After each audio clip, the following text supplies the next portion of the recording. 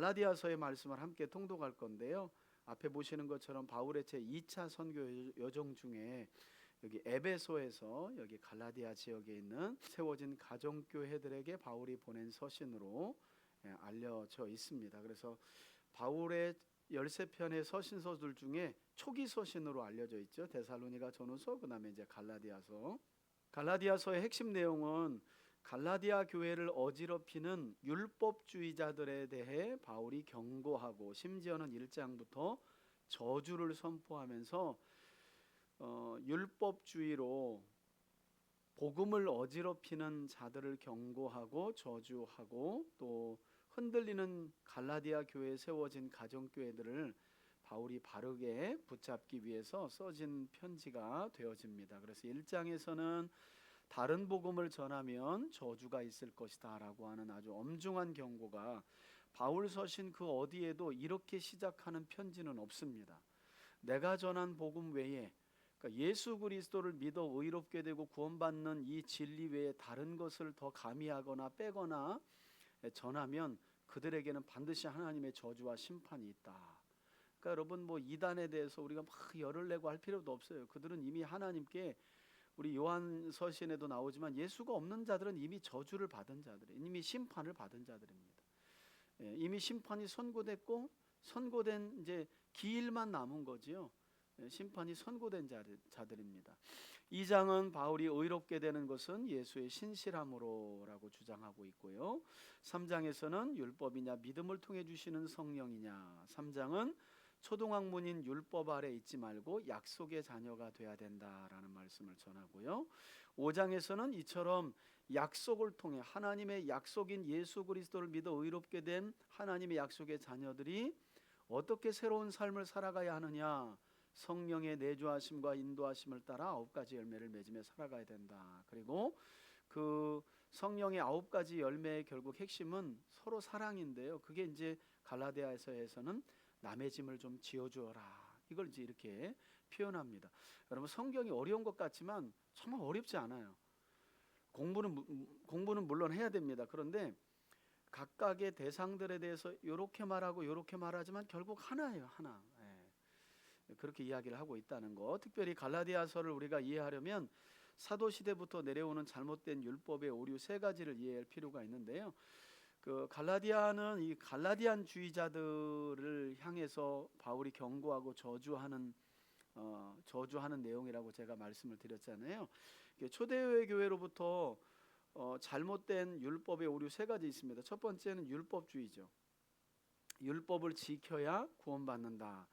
여러분, 이게요, 저도 이제 청년 때부터 신앙생활하면서 유대인들은 율법주의자다라고 말했는데, 여러분, 이거 잘못 아는 거예요. 유대인들은 율법을 지켜서 구원받는다라는 개념이 없어요, 여러분. 유대인들은 아브라함의 자손으로 태어나면서부터 구원받았다고 생각하지, 율법을 지켜서 구원받겠다는 생각이 없어요, 우리처럼. 사실 율법주의는요, 이렇게 아브라함의 자손으로 태어날 때부터 우리는 구원받은 사람이야 라고 생각하면서, 그럼 구원받은 사람답게 살아야 하니까 율법을 지켜야지, 이게 이제 유대인들의 기본적인 생각이거든요. 이걸 잘못 알고 있는 이제 우리 일부 기독교, 예전에는 다 저도 그렇게 배웠어요. 유대인들은 율법주의자다. 율법주의라는 건 율법을 지켜서 구원받겠다는 거거든요. 여러분, 유대인들은 율법을 지켜서 구원받는 교리가 없어요. 날 때부터 유대교인으로 태어나 아브라함의 후손으로 태어나면 구원은 따놓은 당상인 거예요. 그러니까 하나님의 백성답게 살아가야지, 그러려면 율법을 지켜야 돼, 이런 개념인 거죠. 이런 개념. 그래서 우리가 알고 있는 율법주의와 유대인들이 내세우는 율법주의가 조금 좀 차이점이 있다. 그들은 구원받아요. 우리가 여호와의 백성이니까 백성답게 살아가려고 율법을 지키려고 한다는 거예요. 그러니까 우리처럼 이걸 이제 우리가 잘못 와해하고 받아들여 가지고, 유대인들은 율법을 지켜서 구원받으려고 하는구나. 사실은 그게 우리 안에 있는 거죠, 우리 안에. 그래서 여러 가지 신앙의 어떤 행위를 가지고 구원을 확신하려고 하는, 그런 분들에게 필요한 게 이제 갈라디아서나 로마서가 아주 중요한 역할을, 더 나아가서는 히브리서까지 중요한 역할을 하게 되는 겁니다. 율법주의는 율법에 대한 오류 첫 번째고, 그다음에 반율법주의. 이런 것도 또 기독교 안에 있죠, 그죠? 율법은 구약의 하나고 이스라엘 백성들에게 우리는 이제 복음으로 말미암아 은혜의 시대에 산다. 그러니까 율법이 다 필요 없다는 거예요. 여러분 그렇지 않죠, 그죠? 예수를 믿고 성령을 받은 사람들은 우리 안에 내주하시는 성령이 무엇을 따라 거룩하게 살도록 인도하십니까? 말씀이죠. 그러니까 여러분 오늘 갈라디아서를 보면서 설명드리겠지만 율법 자체는 선한 거예요. 율법은 악이 아니에요. 율법이 없다면 죄를 깨달을 수가 없죠. 대한민국 헌법이 있으니까 우리가 헌법에 준해서 내란도 뭐 이것도 죄다 이것도 죄다 하는 거 아니에요. 헌법이 있기 때문에 법 자체는 선한 거죠. 문제는 법이 있지만 법을 지킬 수 없는 우리가 문제인 거죠. 우리가. 그렇죠? 그래서 법은 선한 거예요.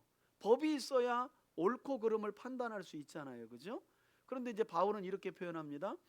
그래서 율법은 참 선한데 그 율법 앞에 율법을 다 지킬 수 없는 인간이 죄인이라는 거예요. 그래서 이런 표현을 하죠. 율법이 우리를 죄 아래 가두었다라는 건 부정적인 의미로 느낄 수 있는데 그렇게 받아들이시면 안 돼요. 율법이 있기 때문에 우리가 죄를 알게 된 거예요. 아, 내가 죄인이구나. 근데 문제는 율법의 한계죠. 율법은 죄를 정하는 것까지만이에요. 그건 죄야, 죄가 아니야. 근데 그 율법 앞에 서니까 누구도 의로울 수 없는 거예요. 마음으로 죄를 짓고 실제로 행위를 죄를 짓고, 그래서 모든 사람이 죄를 범하였으면 하나님의 영광에 이를 자가 없다는 로마서의 말씀 그대로 율법 앞에서 우리가 죄인임을 발견하는 거죠. 문제는 말씀드린 것처럼 율법의 한계, 율법은 죄만 정해요. 넌 죄인이야, 이렇게 죄만 정해요. 그 죄인된 우리의 신분에서 죄인된 우리의 신분에서 우리를 못 구해줘요. 율법은 그냥 죄다, 넌 죄인이야, 이렇게만 정죄하는 거예요. 그래서 옛 언약의 율법은 죄를 정하는 것이고 새 언약으로 오신 예수 그리스도는 그 죄 아래 죄인으로 갇혀 있는 우리를 어떻게 해요? 해방, 구원시키는 거죠. 그래서 옛 언약과 새 언약이 우리에게 사실 필요한 거예요. 그래서 우리가 율법은 과거 이스라엘에게만 하나님이 주신 거다, 이게 바로 율법 폐기론자입니다. 이거 이단입니다, 여러분.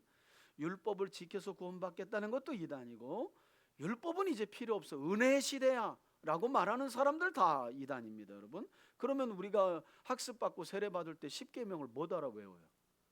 그리고 이 구약의 많은 율법을, 이게 다 율법인데 신약은 율법에 대한 또 해석이기도 하고, 예수님도 산상수훈 마태복음 5장 이후를 보면 어디 율법을 안 다룹니까? 율법의 본질을 다루잖아요. 살인하지 말라 했는데 실제로 살인 안 했다고 막 사람들을 정죄하는 거예요. 형제를 미워해놓고 바보라고 욕을 해놓고, 그게 살인인데. 그래서 살인이라고 구약에 하나님이 모세에게 살인하지 말라라고 하는 그거는 물리적인 행위의 살인뿐만 아니라 형제를 미워하는 그 살인의 본질까지 들어가 있는 거다. 그 앞에 의로울 사람 아무도 없다는 거예요. 그러니 모두가 예수가 필요한 거죠, 그죠? 그런 원리로 바울이 갈라디아서를 써 내려가고 있습니다. 세 번째, 율법을 지켜 구원받겠다, 율법은 필요 없다라고 말하는 오류 두 가지 외에 갈라디아 교회를 어지럽히는 율법주의자들이 이 세 번째에 해당하는데, 이 사람들은 뭐냐면요, 구원은 예수를, 메시아이신 예수를 믿어서 받지, 그러나 받은 구원을 유지하려면, 요게 이제 유대인들이 많이 내세운 거거든요. 그러니까 유대교의 할례와 음식법과 각종 절기 및 율법을 다 지켜왔던 유대인들이 예수를 메시아로 믿었잖아요. 근데 예수를 믿었어요. 메시아이신 예수를 믿었어요. 그런데 이 사람들 안에 뭘 못 버리냐면 여전히 과거로부터 쭉 모세 때부터 해왔던 이 율법을 버리지 못하는 거예요.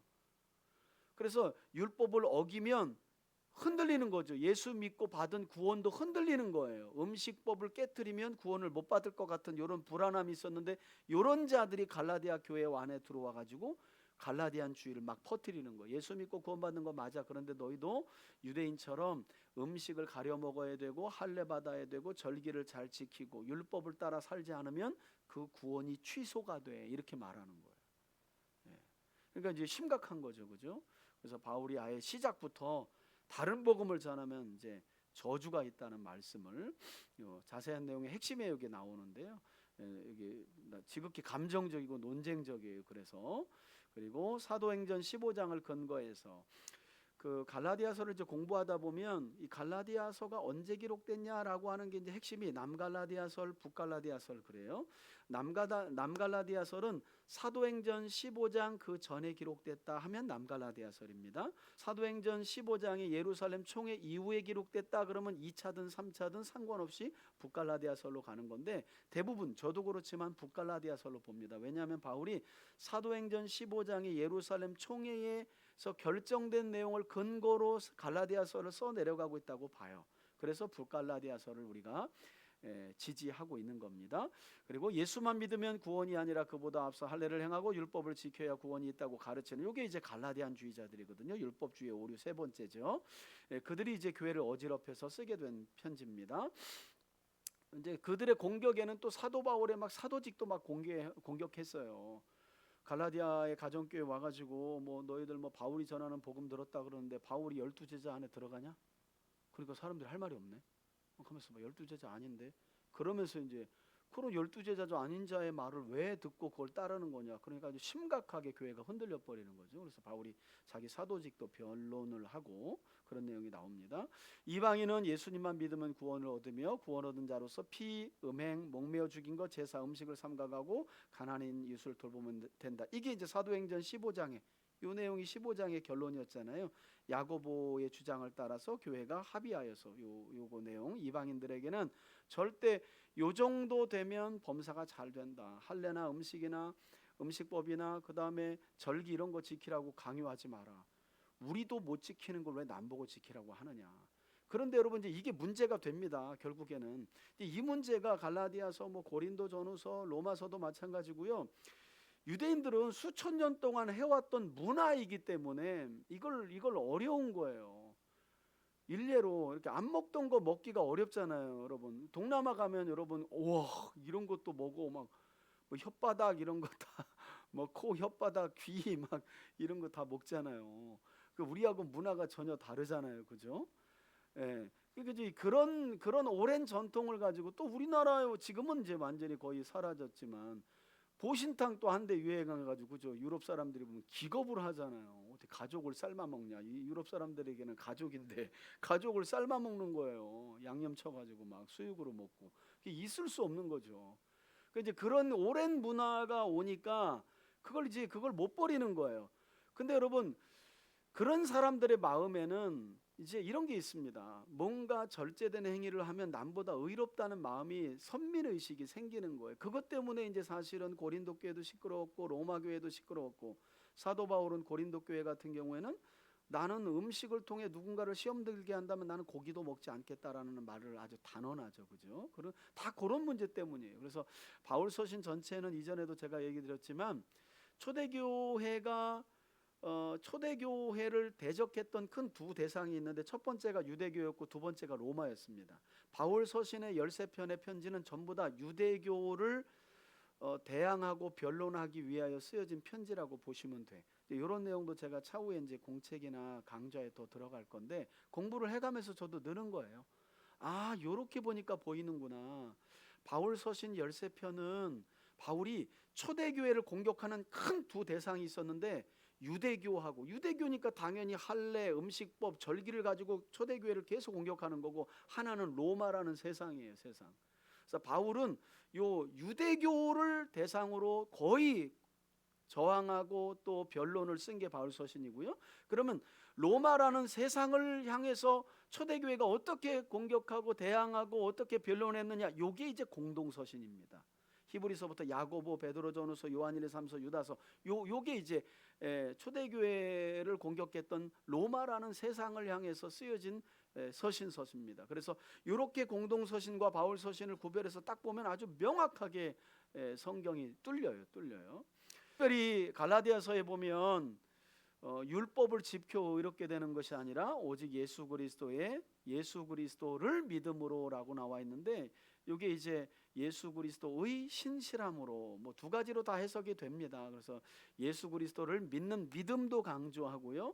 그럼 그 믿음이 뭐냐? 결국에 그 믿음은 예수 그리스도께서 우리의 죄를 위하여 십자가에서 몸 찢기시고 피 흘려 죽으시고 부활하신 그 신실하심을 믿는 거. 예. 그러니까 여러분, 우리가 이 내용을 잘 알아야 우리의 구원론이 흔들리지 않아요. 봐요. 똑같은 말이기는 한데 예수를 믿음으로라고 하면 그 말도 틀린 말은 아닌데 그 믿음의 주체가 예수님이 안 되고 자꾸 내가 돼요. 이런 오류를 우리가 범해요. 그러니까 우리가 뜨겁게 믿을 때는 뭔가 될 것 같은데 요즘 교회 조금 덜 나가고 뜨겁게 못 믿으면 또 지옥 갈 것 같고, 요게 예수를 믿는 주체가 나로 정하는 거예요. 나로. 근데 여러분 생각해 보세요. 우리의 구원은 내가 예수를 믿음으로가 아니에요. 이게 예수 그리스도의 믿음으로 우리가 구원받는 겁니다. 예수 그리스도의 믿음이라는 건 이 원어를 보면 예수 그리스도의 믿음으로, 예수 그리스도의 신실함으로, 예수 그리스도의 충성됨으로. 그러면 도대체 예수 그리스도가 무엇에 대하여 어떤 믿음과 어떤 신실하심과 어떤 충성을 보였느냐? 그분이 하나님의 말씀과 약속대로 죄인인 우리를 대신하여 십자가에서 죽으시고 부활하심으로 하나님의 약속을 신실하고 충성되이 완성하심으로 인하여. 그죠? 우린 그 사실을 믿는 거죠. 그럼 여러분 생각해 보세요. 여러분들이 열심히 할 때나 열심히 덜 할 때나 예수 그리스도가 십자가에서 여러분들의 죄를 위해 죽으시고 부활한 사실은 흐려졌다가 진해졌다가 해요? 변치 않는 사실이에요. 그럼 우리의 구원이 변치 않는 사실로 흔들리면 돼야 안 돼요? 안 되는 거잖아요. 근데 예수 그리스도를 믿음으로 할 때 그 믿음의 주체를 자꾸 나로 생각을 하니까 내가 뭔가 열심히 할 때는 구원받은 것 같고 열심히 못 할 때는 내가 이게 뭐가 있겠나 이런 생각을 자꾸 하는 거예요. 아무 상관이 없어요, 여러분. 그게 갈라디아서의 핵심입니다. 자꾸 절기와 음식법과 할례를 통해서 뭔가 자꾸 행위를 하나님이 주시는 의와 구원과 영생의 은혜에 자꾸 뭔가를 탈락을 하는 거예요. 뭔가를 타려고. 거기다 뭔가를 더 타려고 하는 거예요. 바울은 곧 아무것도 탈 필요가 없다. 하나님이 우리를 의롭게 하시는 데에는, 죄인인 우리를 의롭게 하시는 데는 예수의 십자가의 죽으심과 부활 이외에는 아무것도 없다는 거예요. 그러니 여러분, 이 사실이 변치 않는데 어떻게 구원이 흔들릴 수가 있겠어요?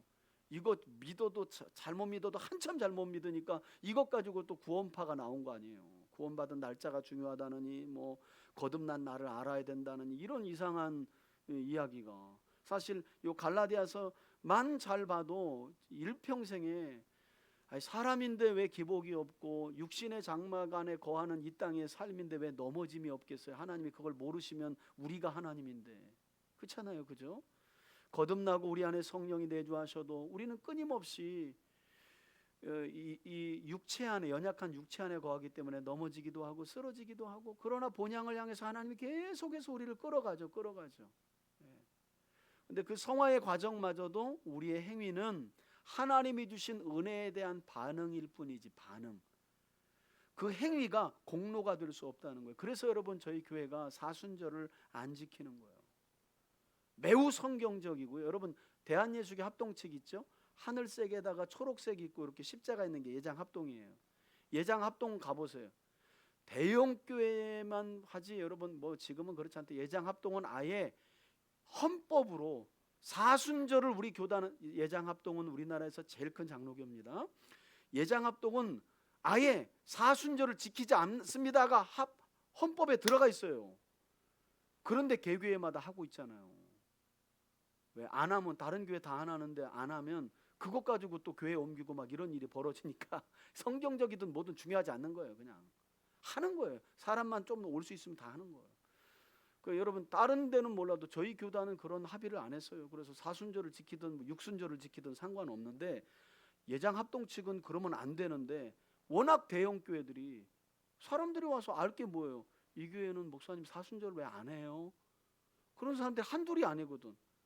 뭔지도 모르고 사순절 지키는 거예요, 그냥. 근데 어쨌든 성도들 입장에서는 뭐 크게 거부감은 없어요. 왜냐하면 뭐 40일 동안 주님의 십자가 지심을 묵상하면서 조금 더 경건하고 거룩하게 살려고 하는 거니까. 그 정도만 생각하시잖아요. 왜 성경적이지 않고 종교개혁자들이 사순절을 그렇게 비판하면서 이거는 공로사상이다, 이 기간을 정해가지고 금식하고 이런 거 하는 공로사상이다, 결국에 우리의 의로움을 드러내는 거다, 이거 안 된다라고 그 사람들이 목숨 바쳐 내세웠는데, 어느 순간에 한국교회에 와가지고 스물스물 사람들 모으는데 너무 편한 거예요. 여러분들도 좋죠. 여러분 제가 매일 새벽기도 나오라 그래고 여러분 맨날 이제 막 율법적으로 예가면서 막 금식 안 하죠. 여러분 막 지옥 가려고 맘대로 와서 이래 매일 하는 것보다 40일 딱 정해놓고 요땐 좀 합시다. 요때 안 하면 성도 아닙니다. 이래가면서 하면 여러분들도 매일보다는 그 40일이 낫잖아. 물론 그것만 해줘도 안 하지만. 그러니까 여러분 그 기간 뭔가 막 의로움을 좀 해가지고 뭐 그동안 때도 좀 먹고 뭐 그런 거에 목욕탕 가는 느낌으로 금식도 좀 해가면서 안 하던 거 해보면서 그래 뭔가 때가 벗겨졌다고 자기 만족 그 공로로 웃기는 거죠. 우리 영혼의 때는 예수의 피밖에는 아무도 벗겨내지 못해요. 그래서 제가 사순절을 우리 교단은 글쎄 아마 사순절 다 지킵니다. 사순절 오히려 안 지키면 여러분 신앙 오래된 사람이 왔다가 이 교회는 뭐 사순절도 안 지키네 하고 가는 사람들 있어요. 뭐 그러거나 말거나 저는 성경적이지 않으니까. 그래도 여러분들이 모르실까봐 제가 주보에도 실어서 역사를 가르쳐 드리는 거예요. 성경과 역사를 가르쳐 드리는 거예요. 어디 가서 여러분 그러게 우리 교회는 사순절 안 지키는데 그러지 마시고 조금 깨어있는 분 같으면 사순절이 이래서 이래요. 그래서 우리 교회는 종료주일부터 고난주간을 기념하고 지킵니다. 사순절은 그렇게 우리 지키지 않아요 하고 여러분들이 바른 성경관과 교회 역사를 잘 지켜나가야 됩니다. 그냥 교회에서 해왔다고 다 하는 게 여러분 그게 바른 게 아니거든요. 제가 예수 그리스도를 믿음으로 예수 그리스도의 믿음으로라는 거 가르쳐 드리면서 다시 한번 강조를 드리고요. 그리고 이제 약속의 자녀로 거듭난 하나님의 사람들이 어떻게 성령의 인도하심을 받으면서 약속의 자녀다운 삶을 살아가야 되는지. 그러니까 하나님의 약속을 믿고 의롭게 된 사람들은 그냥 의롭게 된 그 자체로 살아가지 못해요, 여러분. 절대 그렇게 살아갈 수 없어요. 그래서 구원과 성화는 동시에 일어나는 거라고 말씀드렸잖아요. 여러분 태어났는데 애가 안 자라. 그건 심각한 거죠. 태어났는데 애가 안 자라. 그것만큼 심각한 게 어디 있어요. 그게 우리 영혼이라고 생각해 보세요. 예수를 믿어 거듭났는데 안 자라. 그리스도의 믿음의 분량까지 안 자라고 있어요. 각기 차이는 있을 수 있겠지만 그러면 병든 거죠, 뭐 그게. 그죠? 네. 그 병들지 않게 성화의 과정을 인도하시는 게 이제 우리 안에 있는 예수님과 성령님이시죠. 그래서 진리의 말씀을 따라 세상의 방법이 아니라 하나님의 말씀을 따라서 사랑의 계명을 따라서 거룩하고 신실하게 살도록 내주하시는 삶을 살아가게 한다라고 바울이 가르칩니다. 이 정도 우리가 기억하고 갈라디아서 1장부터 보겠습니다. 갈라디아서 1장. 사람들에게서 난 것도 아니요 사람으로 말미암은 것도 아니요 오직 예수 그리스도와 그를 죽은 자 가운데서 살리신 하나님 아버지로 말미암아 사도된 바울은 함께 있는 모든 형제와 더불어 갈라디아 여러 교회들에게 우리 하나님 아버지와 주 예수 그리스도로부터 은혜와 평강이 있기를 원하노라. 그리스도께서 하나님 곧 우리 아버지의 뜻을 따라 이 악한 세대에서 우리를 건지시려고 우리 죄를 대속하기 위하여 자기 몸을 주셨으니 영광이 그에게 세세토록 있을지어다. 아멘. 아멘. 그리스도의 은혜로 너희를 부르신 이를 이같이 속히 떠나 다른 복 깜짝 놀란 거예요, 바울이. 야, 우리가 믿고 따르는 복음이 있는데 너희들이 이렇게 빨리 다른 복음을 쫓을 줄은 내가 몰랐다. 그게 바로 이제 할례와 음식법과 유대인의 절기를 지켜서 구원을 유지하겠다고 하는 갈라디안주의자들의 말에 이렇게 빨리 너희들이 현혹될 줄은 몰랐다 이런 말입니다. 복음을 따르는 것을 내가 이상하게 여기노라. 다른 복음은 없나니 다만 어떤 사람들이 너희를 교란하여 그리스도의 복음을 변하게 하려 함이라. 그러나 우리나 혹은 하늘로부터 온 천사라도 우리가 너희에게 전한 복음 외에 다른 복음을 전하면 저주를 받을지어다.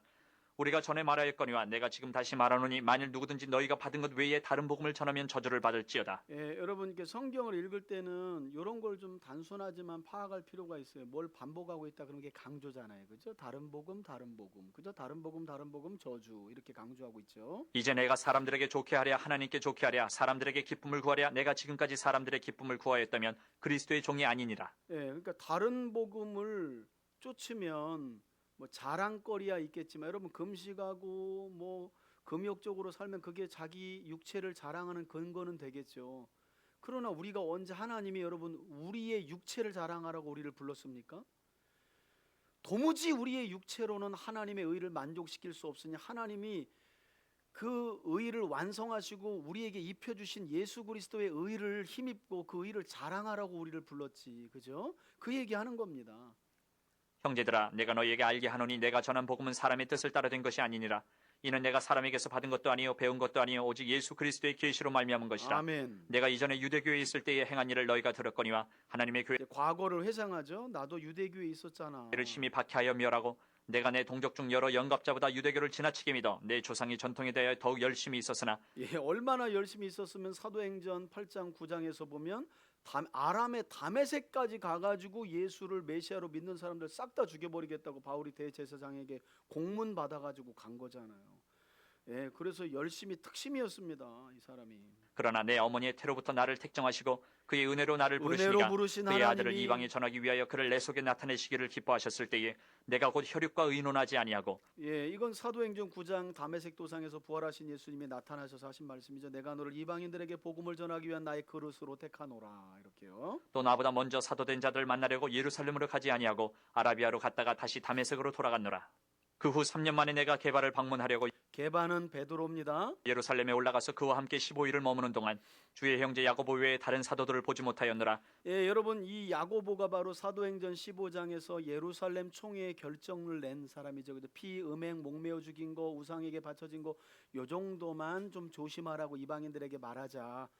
이방인들이 교회 왔을 때 할례나 음식법이나 절기 같은 거 율법 지켜야 구원받는다 이런 말 하지 말자라고 말했던 야고보, 예수님의 친동생 야고보입니다. 보라 내가 너희에게 쓰는 것은 하나님 앞에서 거짓말이 아니로다. 그 후에 내가 수리아와 길리기아 지방에 이르렀으나 그리스도 안에 있는 유대의 교회들이 나를 얼굴로는 알지 못하고 다만 우리를 박해하던 자가 전에 멸혈하던 그 믿음을 지금 전한 다음을 듣고 나로 말미암아 하나님께 영광을 돌리니라. 아멘.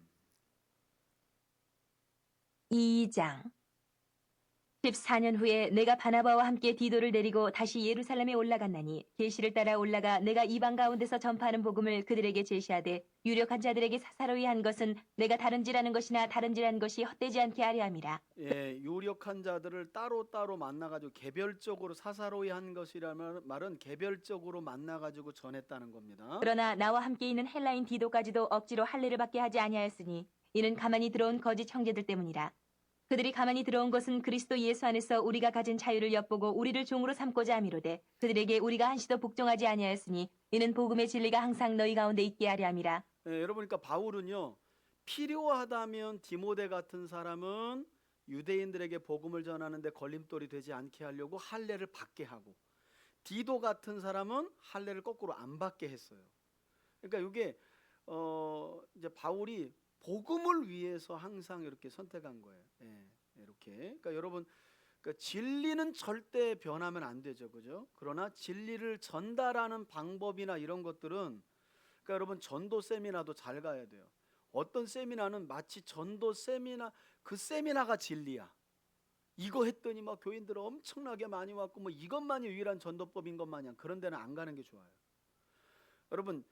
그러니까 전도에서 중요한 건 진리는 변치 않는 거예요. 진리를 담아서 전하는 그릇들은 시대마다 다르고 바울도 그 아덴에서 복음을 전할 때 에피메니데스나 그런 유명한 시인이 하는 유명한 명언을 인용해 가지고 복음을 전했잖아요. 에덴에서 그죠? 지난 우리 주일날 그렇게 들었잖아요. 그러니까 복음을 담는 그릇은 얼마든지 은그릇, 금그릇, 녹그릇 바꿀 수 있는데 그 안에 음식은 변하면 안 되는 거죠. 그죠? 복음은 변하면 안 되는 거예요. 그죠? 그런 점에서 지금 바울이 그런 이야기를 지금 하고 있는 거죠. 그리고 언제나 바울은 진리를 바르게 전하기 위한 수단과 방법은 언제나 이렇게 융통성 있게.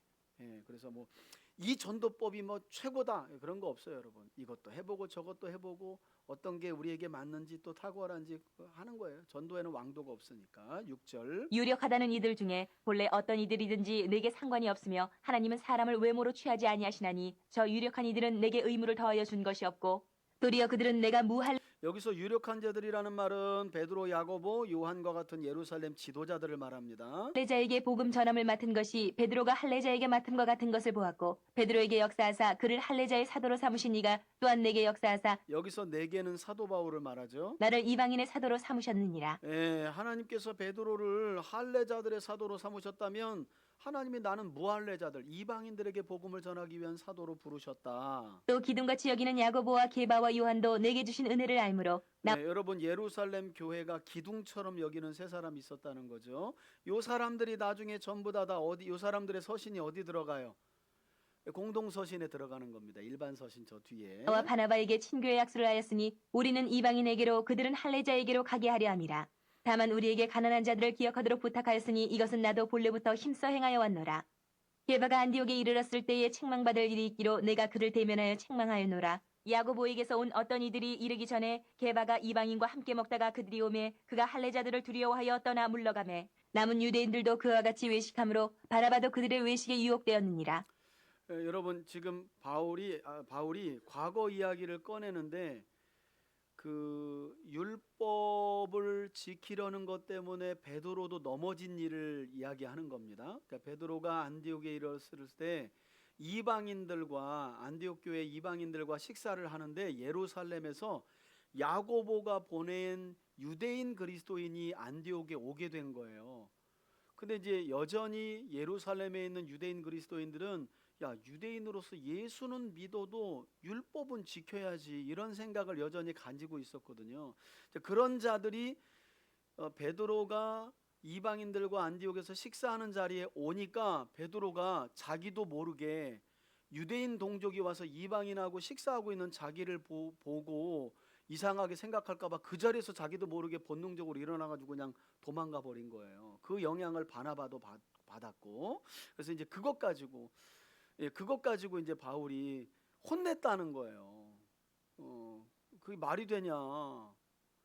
이방인들과 식사한다고 우리가 거룩해지지 않는 거냐? 그건 율법이다, 율법.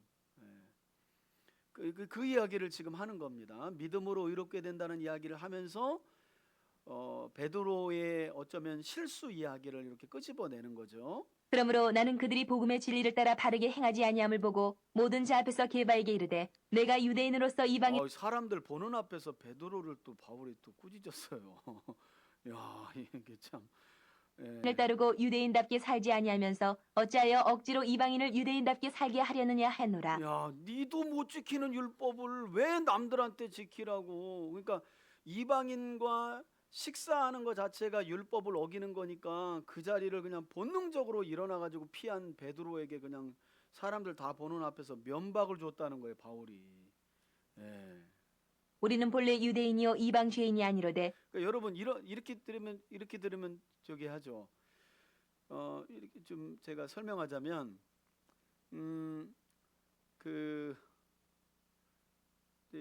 여러분과 제가 있는데 한 동네 사는데 제가 막 전도를 하고 다녔어요.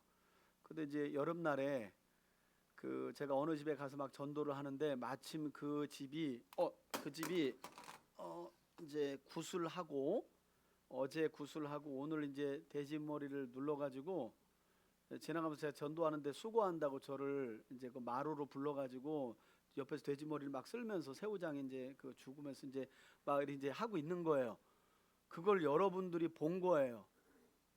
그 상황이 거기에 뭐 돼지머리 있고 어제 나온 그 구달 때 올렸던 그 상 음식을 막 내오는데 제가 집사님을 딱 마주친 거예요. 제가 젓갈을 들고 돼지머리를 막 뜰라 그러는데 제가 너무 못 적으니까 놓고 그냥 내뺀 거예요. 제가 왜냐하면 집사님들이 오해할까 봐. 저 목사님이 저렇게 식탐이 있어도 저렇게 환장할 수가 있나 그래.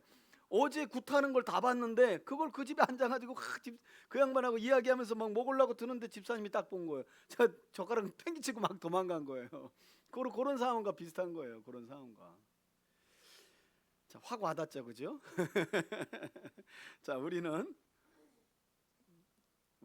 사람이 의롭게 되는 것은 율법의 행위로 말미암음이 아니요 오직 예수 그리스도를 16절입니다. 믿음으로 말미암는 줄을 중요한 알므로 우리도 그리스도 예수를 믿나니 이는 우리가 율법의 행위로서가 아니고 그리스도를 믿음으로써 의롭다함을 얻으려 함이라. 율법의 행위로서는 의롭다함을 얻을 육체가 없느니라. 만일 우리가 그리스도 안에서 의롭게 되려 하다가 죄인으로 드러나면 그리스도께서 죄를 짓게 하는 자냐 결코 그럴 수 없느니라. 만일 내가 헐었던 것을 다시 세우면 내가 나를 범법한 자로 만드는 것이라. 내가 율법으로 말미암아 율법에 대하여 죽었나니 이는 하나님에 대하여 살려 함이라. 내가 그리스도와 함께 십자가에 못 박혔나니 그런즉 이제는 내가 사는 것이 아니요 오직 내 안에 그리스도께서 사시는 것이라. 이제 내가 육체 가운데 사는 것은 나를 사랑하사 나를 위하여 자기 자신을 버리신 하나님의 아들을 믿는 믿음 안에서 사는 것이라. 내가 하나님의 은혜를 패하지 아니하노니 만일 의롭게 되는 것이 율법으로 말미암으면 그리스도께서 헛되이 죽으셨느니라. 아멘. 이게 여러분 유명한 성경 구절인데 우리가 잘 이해를 못해요. 암송은 잘하는데 이게 핵심적으로만 한마디로 말하면 그겁니다. 우린 죽었다 깨어나도 어떤 행위를 통해 의로워질 수 없다는 거예요. 하나님 앞에 우리 죄인인 우리 인간이 의로워질 수 있는 길은 유일한 길입니다. 예수께서 십자가에서 죽으시고 고초당하시고 다시 살아나신 사실을 받아들이는 거예요. 나를 위해 십자가에서 죽으시고 몸 찢기시고 피 흘리시고 그리고 3일 만에 부활한 사실을 믿는 거예요. 그러면 예수님의 십자가가 나의 십자가가 되고 예수님의 다시 사심과 부활이 나의 부활이 된다는 거예요. 그걸 믿는 게 바른 믿음이라는 거예요. 사도 바울이 딱 그 얘기하는 거예요. 우린 죽었다 깨어나도 의로워질 수 없다. 의로워질 수 있는 길은 딱 하나예요. 예수의 십자가를 나의 십자가로 받아들이고 그분이 다시 살아나신 게 그분의 부활을 나의 부활로 받아들이라는 거예요. 그걸 믿으면 의로워진다는 거예요. 아주 명확하죠. 명확해요. 자, 3장입니다. 3장. 어리석도다 갈라디아 사람들아, 예수 그리스도께서 십자가에 못 박히신 것이 너희 눈앞에 밝히 보이거늘 누가 너희를 꾀더냐? 내가 너희에게서 다만 이것을 알려 하노니 너희가 성령을 받은 것이 율법의 행위로냐 혹은 듣고 믿음으로냐? 너희가 이같이 어리석으냐? 성령으로 시작하였다가 이제는 육체로 마치겠느냐? 너희가 이같이 많은 괴로움을 헛되이 받았느냐? 과연 헛되냐? 너희에게 성령을 주시고 너희 가운데서 능력을 행하시는 이의 일이 율법의 행위에서냐 혹은 듣고 믿음에서냐? 아브라함이 하나님을 믿음에 그것을 이제부터는 이제 그러니까 믿음으로 의롭게 된 아브라함과 그 아브라함의 진짜 자손이 누구냐 이야기를 합니다, 여러분. 그래서 행위를 내세우고 육체를 자랑하는 자는 아브라함의 자손이라고 할 수 없다. 왜? 아브라함도 여러분 창세기를 보면 아브라함이 창세기에 나오잖아요. 하나님이 아브라함을 의롭다 하는 시점이 어딘지를 보셔야 돼요. 여러분, 하나님께서 아브라함에게 할례를 행하라라고 하는, 할례는 율법에 나중에 속하죠. 아브라함 때는 율법이 없는 거예요. 모세 때 율법을 주셨으니까. 그러나 할례는 아브라함 때부터 나와요. 근데 하나님께서 아브라함에게 난지 8일 만에 너와 내 자식들을 할례하라고 하는 건 창세기 17장에 나와요. 그런데 15장에 어떤 말씀이 나오냐면 아브라함이 여호와의 말씀을 믿으니 이를 하나님이 그의 의로 여기셨더라 그래요. 아브라함이 의롭게 된 거는 17장에 가서, 할례는 17장이고 아브라함이 의롭게 된 건 하나님의 약속을 믿어 의롭게 된 건 15장이에요. 그러면 율법보다 믿음으로 의롭게 된 게 앞섰다는 거예요. 그럼 누가 진짜 아브라함의 자손이겠어요? 할례 같은 율법을 행해서 아브라함의 자손이 되겠다는 사람이겠어요? 본래 아브라함의 여호와의 말씀을 믿으니 여호와께서 이를 의로 여기셨더라.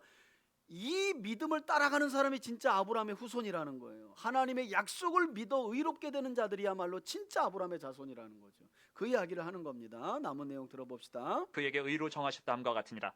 7절입니다. 7절. 그런즉 믿음으로 말미암은 자들은 아브라함의 자손인 줄 알지어다.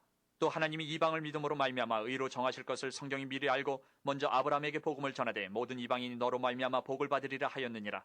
그러므로 믿음으로 말미암은 자는 믿음이 있는 아브라함과 함께 복을 받느니라.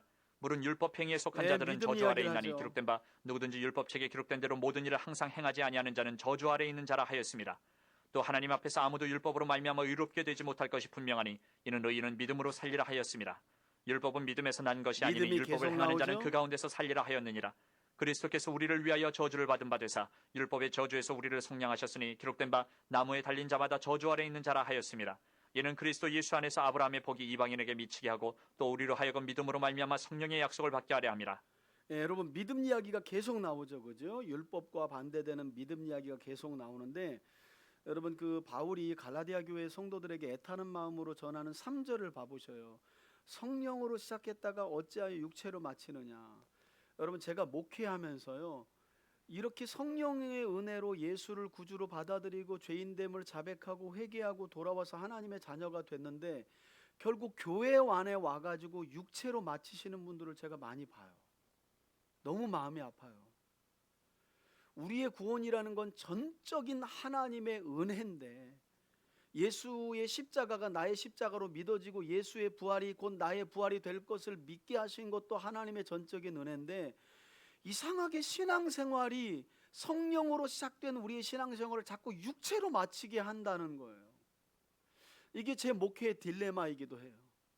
어떻게 하면 여러분들과 제가 성령으로 시작된 이 구원의 놀라운 은혜가 육체로 맞춰지게 하지 않느냐.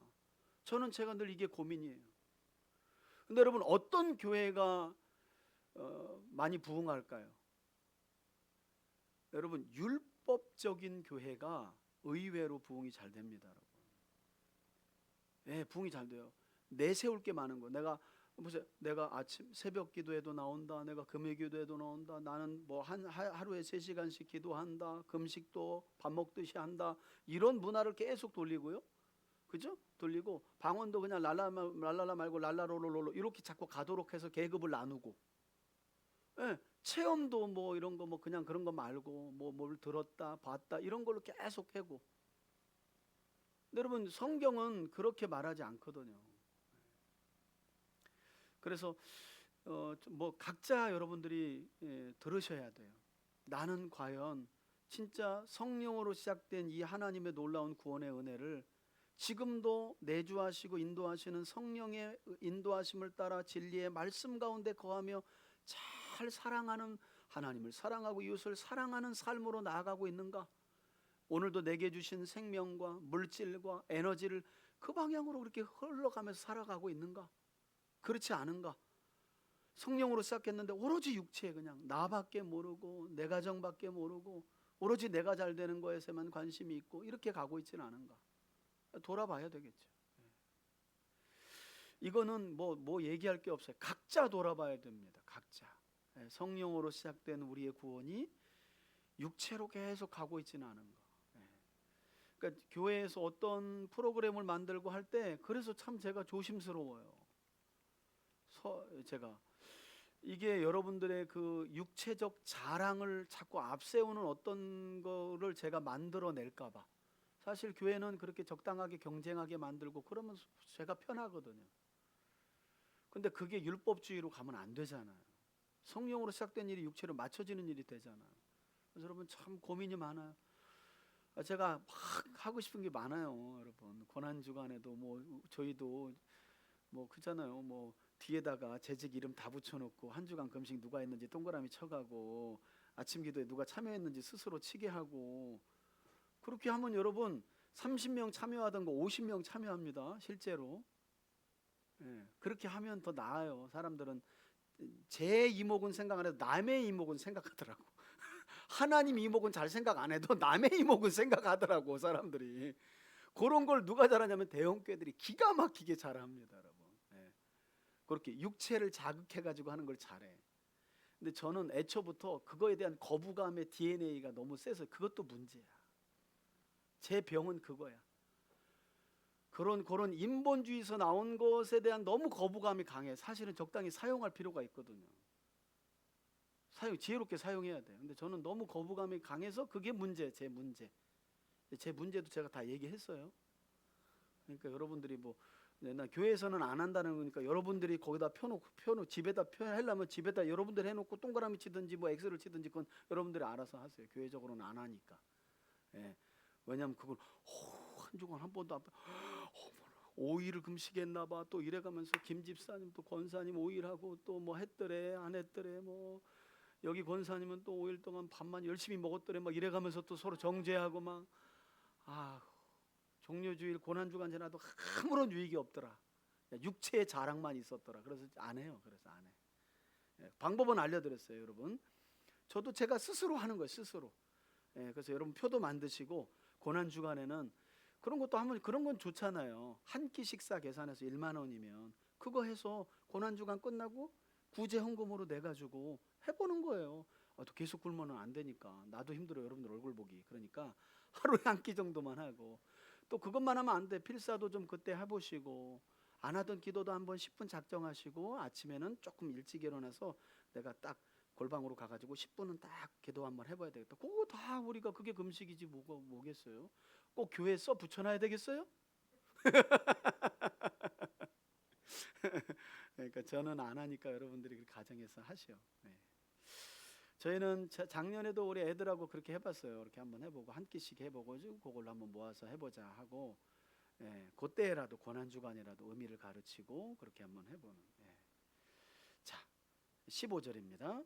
형제들아 내가 사람이 예대로 말하노니 사람의 언약이라도 정한 후에는 아무도 폐하거나 더하거나 하지 못하느니라.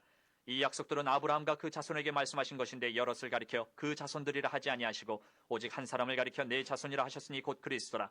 내가 이것을 말하노니 하나님께서 미리 정하신 언약을 430년 후에 생긴 율법이 폐기하지 못하고 그 약속을 헛되게 하지 못하리라. 만일 그 유업이 율법에서 난 것이면 약속에서 난 것이 아니니라. 그러나 하나님이 약속으로 말미암아 아브라함에게 주신 것이라. 그런즉 율법은 무엇이냐? 범법함으로 더하여진 것이라. 천사들을 통하여 한 중보자의 손으로 베푸신 것인데 약속하신 자손이 오시기까지 있을 것이라. 그 중보자는 한편만 죄를 범함으로 하나님이 율법을 주셨다는 거예요. 그런 게 죄라는 걸 알도록.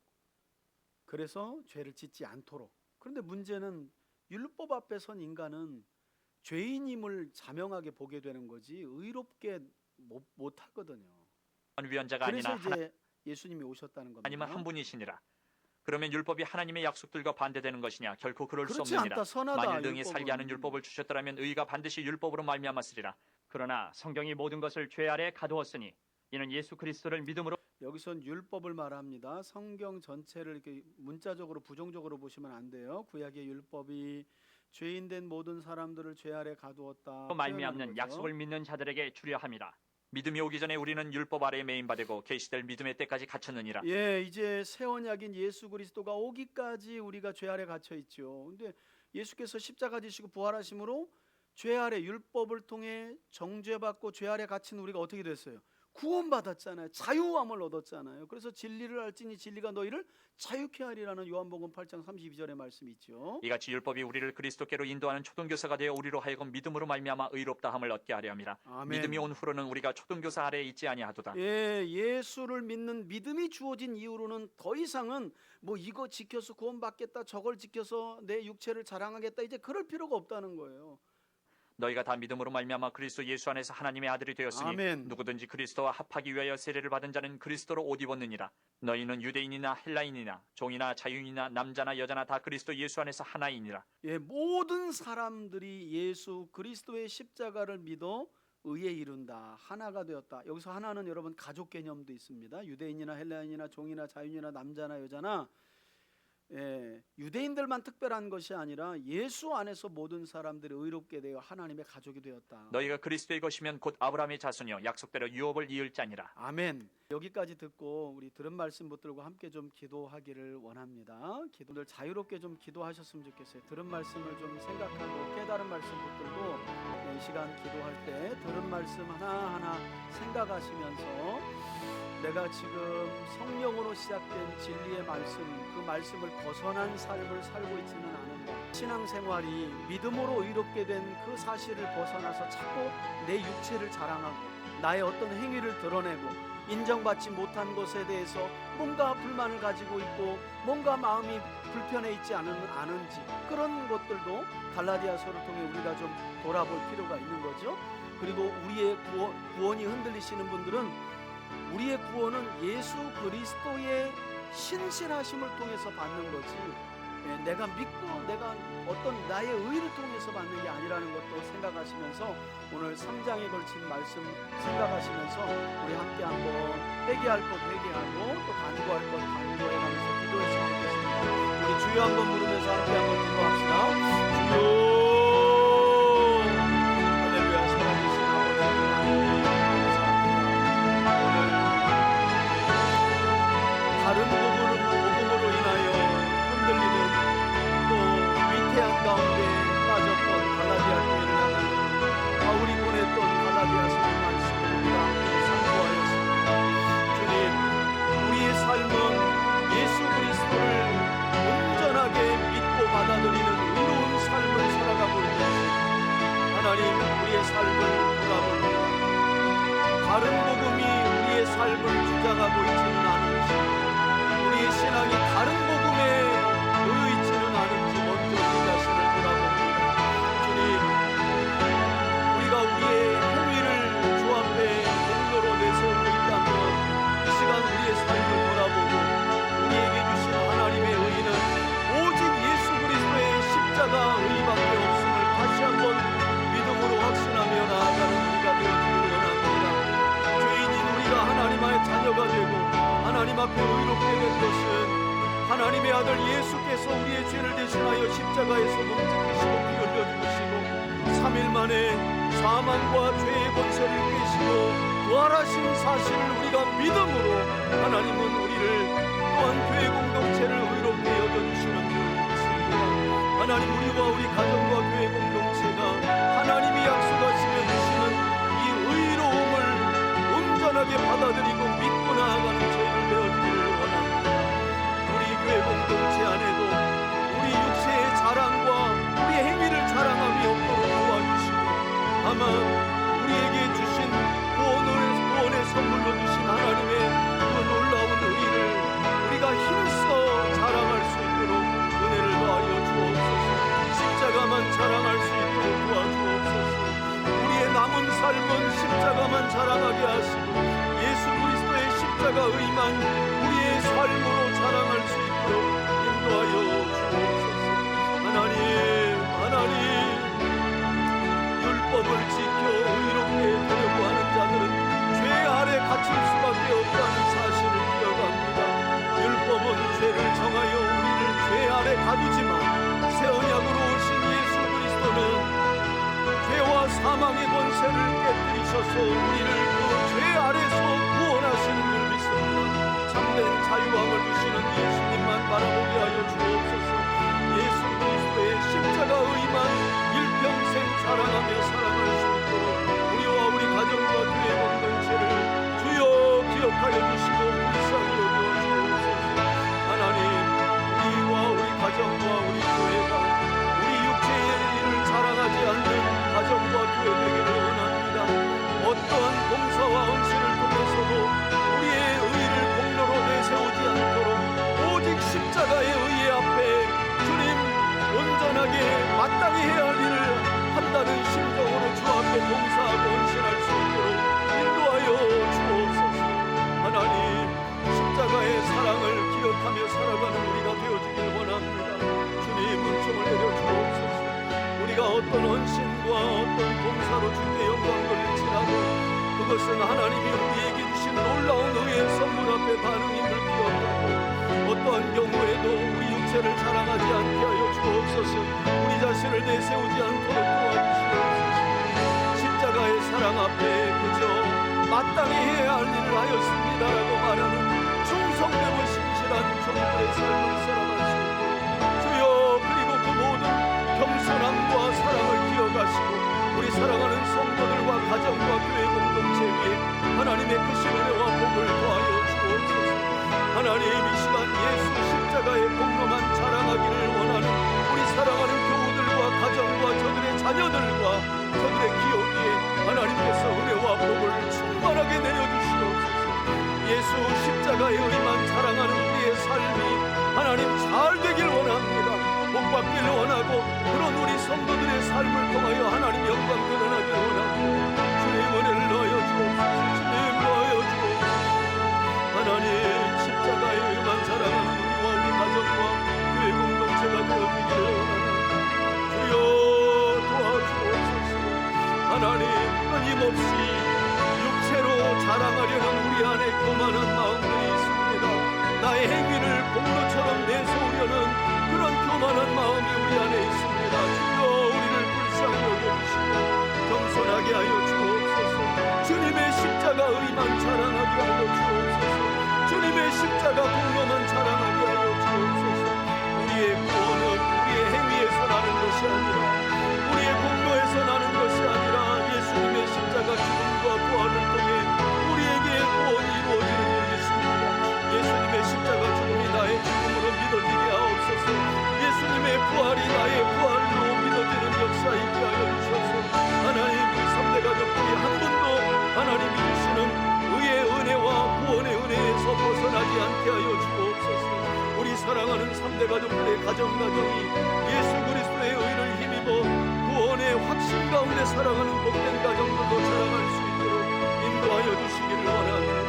특별히 머리 숙여 기도하는 하나님의 사랑을 기억하여 주시고 진리의 성령으로 충만하게 하여 주시고 행위로가 아니라 약속의 자녀들로 새롭게 세워져갈 수 있도록 은총을 더하여 주옵소서. 은총을 더하여 주옵소서.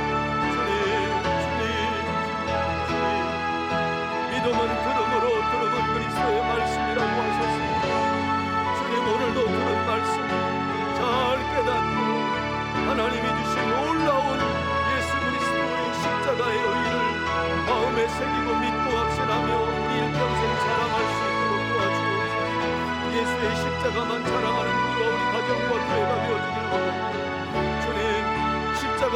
오랫동안 자랑하는 우리 성도들의 가정에 하나님 문제들이 해결되게 하여 주시고 질병이 치료되게 하여 주시고 하나님 근심과 염려들이 주님의 도우심과 은혜 가운데 해결받도록 주여 은총을 더하여 주옵소서.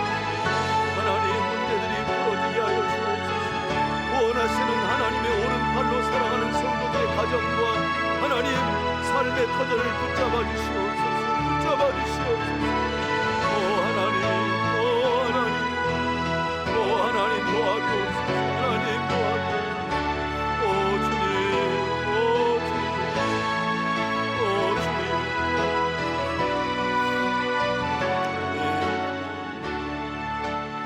우리 마지막으로 우리 교회 공동체 비전을 위해서 함께 기도합니다. 말씀은 삶에, 영혼은 주님께 비전 위해서 기도하고요. 또 각 사랑방을 위해서도 한번 기도해 주시고 사랑방 섬김이들을 위해서도 기도해 주시고 특별히 또 항암 가정 가운데 있는 우리 이명자 집사님 오늘 또 이렇게 큰 병원 가서 검진한 우리 이영범 집사님 위해서도 기도해 주시고요. 또 여러분 알고 있는 기도가 필요한 분들 위해서 우리 함께 한번 주여 한번 부르고 마지막으로 기도하겠습니다. 우리 기도합시다. 주여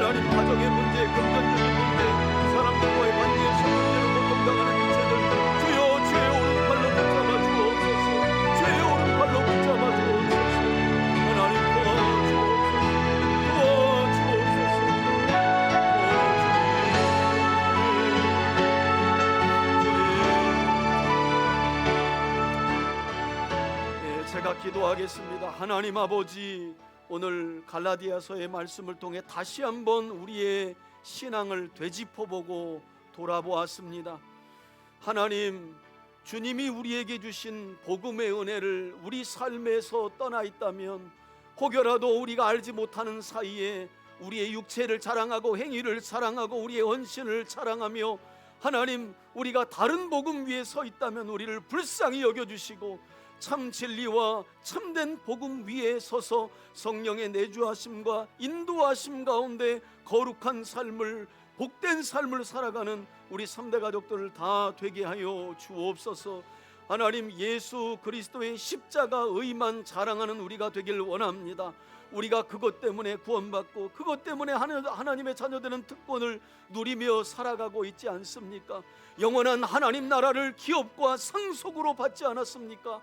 하나님, 이제 우리의 입을 벌려 그리스도의 의만, 십자가 사랑만 자랑하고 또 자랑하며 살아가는 우리 교우들 되게 하여 주시고, 십자가 사랑만 자랑하는 우리 교우들의 삶이 건강하게 하시고 영육이 충만하게 하시고 하는 일에 형통함을 주셔서 하나님이 뿌린 것들의 많은 결실을 맺을 수 있도록 은혜와 복으로 함께하여 주옵소서. 우리 이영범 성도님 다시 한번 긍휼히 여겨주시고, 질병이 있다면 정확한 진단 이후에 치유가 이어질 수 있도록 은총을 베풀어 주옵소서. 우리 이명자 성도 집사님에게도 하나님께서 항암의 가정, 하나님 믿음을 세워가는 복된 가정으로 삼아주시고, 우리 집사님이 이 모든 과정을 겪고 난 이후에 하나님이 더욱 기뻐하시는 하나님의 사람으로 세워질 수 있도록 은총을 더하여 주옵소서. 하나님, 그 밖에도 감기와 독감으로 연약한 중에 있는 지체들이 있습니다. 하나님, 치유하여 주옵소서. 회복케 하여 주옵소서. 감사드리며 예수 그리스도의 이름으로 기도합니다. 아멘. 이제는 우리 주 예수 그리스도의 은혜와 하나님 아버지의 사랑과 성령의 교통하심이 오늘도 십자가의 복음 위에서만 살아가며 예수 그리스도의 십자가 의만 자랑하고 자랑하며 살아가기를 소원하는 우리 교우들 머리 위에 이제로부터 영원토록 함께 계실지어다. 아멘.